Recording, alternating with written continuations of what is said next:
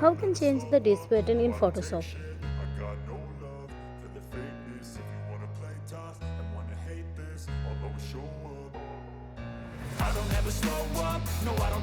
First select quick selection tool or press down and select the whole dish.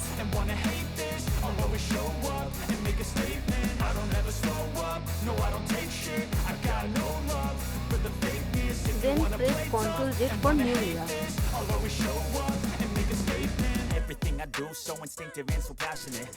Then create a rectangle tool and create a smart object. Pattern select and copy or press Ctrl C. Click the smart object and open a new layer. Ctrl V for paste pattern and fit the pattern in the box.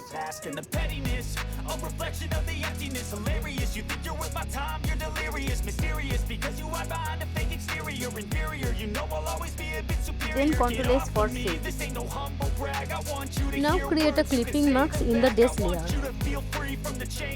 Now pattern select normal to multiply and opacity 90% and fill 97%. Now our dash pattern is ready, and look at it the first time and now. And subscribe my channel for more videos, and please like and share.